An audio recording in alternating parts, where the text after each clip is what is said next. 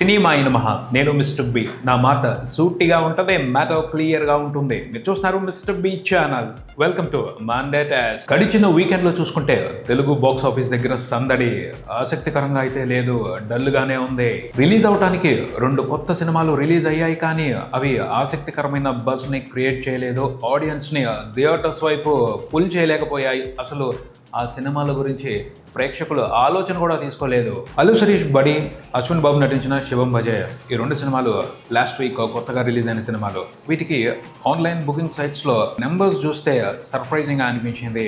5,000, 6,000. First weekend అంతా కూడా ప్రతిరోజు 5,000 నుంచి 8,000 లోపలే టికెట్లు బుక్ అయ్యాయి. మంచి బస్ క్రియేట్ అయితే 10,000 టికెట్లు ఒక్క హైదరాబాద్ నుంచే రోజుకి తెగుతాయి. అలాంటిది 2 తెలుగు రాష్ట్రాల నుంచి 10,000 టికెట్లు కూడా తెగలేదు అంటే ఆ 2 సినిమాలు ఎలాంటి బస్తో థియేటర్స్కి వచ్చాయో అర్థం చేసుకోవచ్చు. అప్పటికి అల్లు శిరీష్ బడ్డీ మూవీకి టికెట్ రేట్లు కూడా తగ్గించారు. ఆ విషయాన్ని గ్రాండ్గా ప్రమోట్ కూడా చేసుకున్నారు. పోతే ఆ మ్యాటర్ ప్రచారానికి మాత్రమే ఉపయోగపడింది, సినిమాకి ఏ విధంగానూ ఉపయోగపడలేదు. టికెట్ రేట్లు తగ్గించారు, అల్లు శిరీష్ని చూడటానికి థియేటర్స్కి వెళ్ళాలి అని తెలుగు ప్రేక్షకులు మినిమం థాట్ కూడా తీసుకోలేదు. శ్రద్ధగా చెప్పాడు అల్లు శిరీష్ సినిమా ప్రమోషన్స్లో భాగంగా. థియేటర్స్లో సినిమాలు ఆడించడం అనేది, సినిమాలకి థియేటర్స్ అనేవి బంగారు బాతులు లాంటివి, వాటిని రక్షించుకోవాలి అని బాధ్యతగా మాట్లాడాడు. టికెట్ రేట్లు ఎక్కువగా ఉండటం మూలంగానే ఎక్కువ మంది ప్రేక్షకులు థియేటర్స్కి రావటం లేదు. సో ప్రేక్షకులకి అందుబాటులో టికెట్ రేట్లు పెట్టి థియేటర్స్లో సినిమా ఎంటర్టైన్మెంట్ని సంరక్షిద్దాం అని స్టేట్మెంట్లు ఇచ్చాడు. స్టేట్మెంట్ ఇచ్చినందుకైనా అతన్ని ప్రోత్సహించడం కోసం ప్రేక్షకులు థియేటర్స్కి రావాలి కదా, రాలేదు. ఛాన్స్ తీసుకోలేదు. ఎందుకు తీసుకోలేదు అంటే ప్రేక్షకులకి వాళ్ళ క్యాలిక్యులేషన్స్ వాళ్ళకు ఉన్నాయి.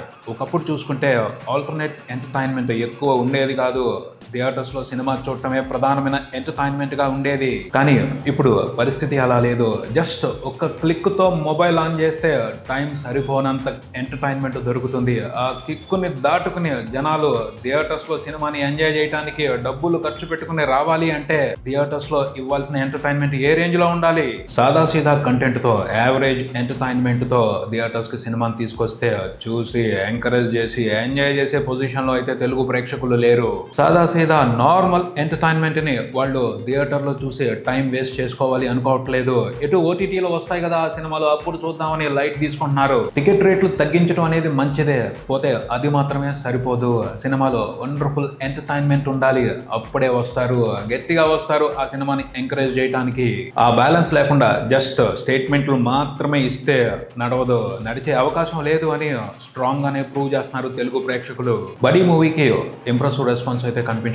ఓపెనింగ్స్ కూడా వెరీ పూర్ గానే రిపోర్ట్ అయ్యాయి. అల్లు శిరీష్ గట్టిగానే ప్రమోట్ చేశాడు బడీ మూవీని. ఉన్న అవకాశాలన్నింటినీ ఉపయోగించుకుని స్ట్రాంగ్ గానే, సాలిడ్ గానే ప్రమోట్ చేశాడు. పోతే అతని ప్రమోషన్స్ లో మాత్రమే బస్ కనపడింది.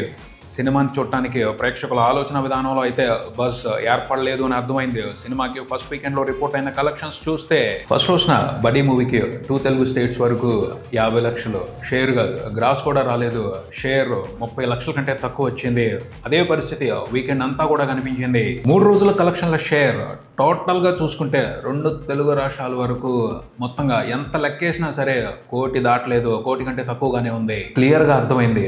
మినిమం అటెన్షన్ తీసుకోలేదు ఎవరో కూడాను.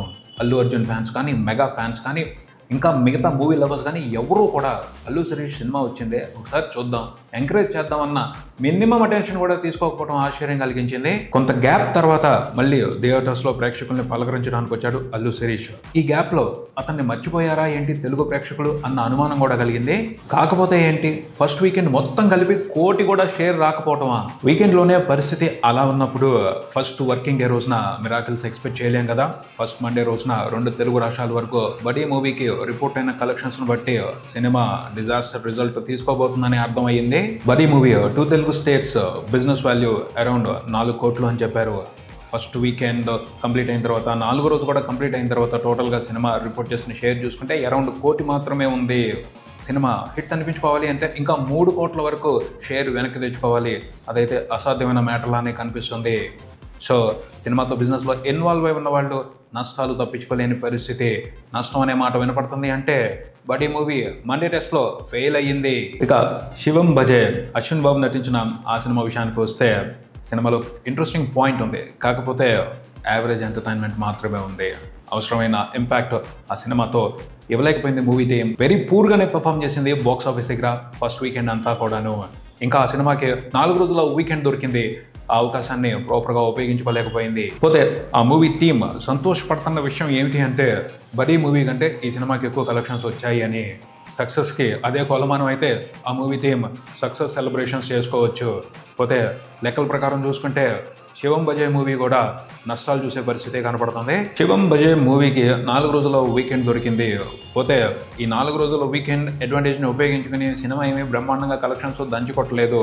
టోటల్ 4 రోజుల కలెక్షన్ల షేర్ 2 తెలుగు రాష్ట్రాల వరకు చూసుకుంటే నియర్లీ 1.5 కోటి మాత్రమే ఉంది. శివం బజే మూవీ టోటల్ 2 తెలుగు స్టేట్సే కాదు, మొత్తం world wide cinema pre release theatrical business value చూసుకుంటే అరౌండ్ 3.5 కోట్లు అని తెలుస్తుంది.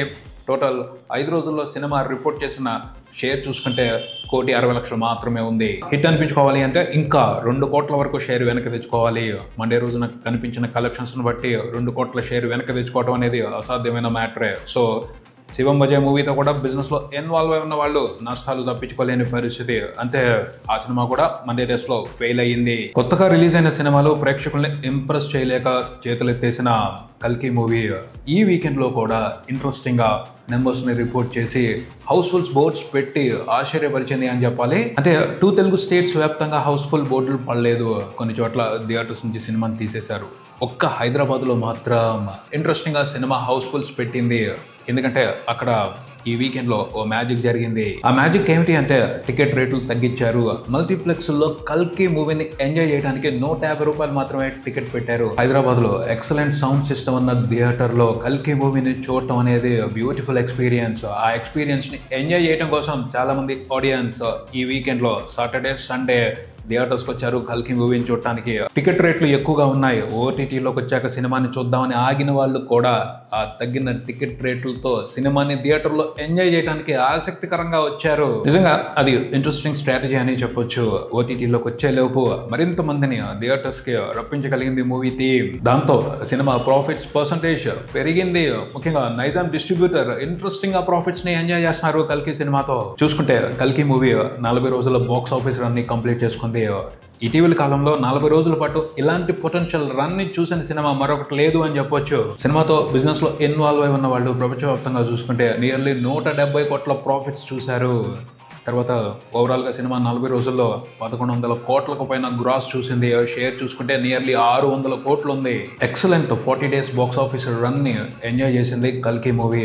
40 రోజులు అవుతున్న కల్కి ఎంటర్టైన్మెంట్ మేనియాని మరిపించే మరో సినిమా థియేటర్స్ కి రాకపోవటం సినిమాకి బాగా కలిసి వచ్చింది అని చెప్పొచ్చు. బాహుబలి 2 తర్వాత ప్రభాస్ చూసిన మైండ్ బ్లోయింగ్ బ్లాక్ బస్టర్ కల్కి. ఈ సక్సెస్ ని ప్రభాసే కాదు, ప్రభాస్ ఫ్యాన్స్ కూడా సాలిడ్ గా ఎంజాయ్ చేస్తున్నారు. ఇంకా ధనుష్ రాయన్ మూవీ కూడా తెలుగు స్టేట్స్ వరకు బ్రేక్ ఈవెన్ ని కంప్లీట్ చేసుకుని సినిమాతో బిజినెస్ లో ఇన్వాల్వ్ అయి ఉన్న వాళ్ళకి ప్రాఫిట్స్ కూడా పంచింది. వీక్ డేస్ లోను సెకండ్ వీకెండ్ లోను నెంబర్స్ పెద్దగా కనిపించకపోయినా ఫస్ట్ వీకెండ్ 3 రోజుల్లో సినిమా బాక్స్ ఆఫీస్ దగ్గర చేసిన జాతర బాగా కలిసి వచ్చింది.